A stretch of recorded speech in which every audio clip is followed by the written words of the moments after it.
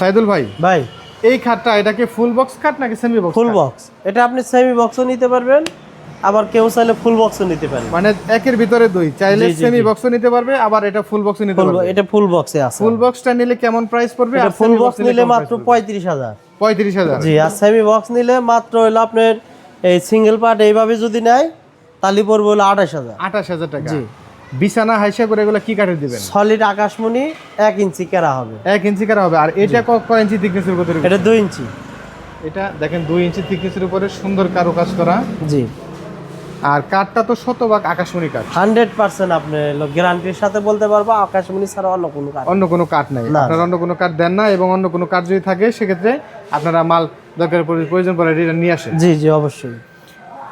আর কোনো প্রকার অগ্রিম কি দেওয়া লাগবে? 1 টাকাও অগ্রিম দিতে হবে না, কোনো গাড়ি ভাড়া দিতে হবে না, কোনো কিছুই না।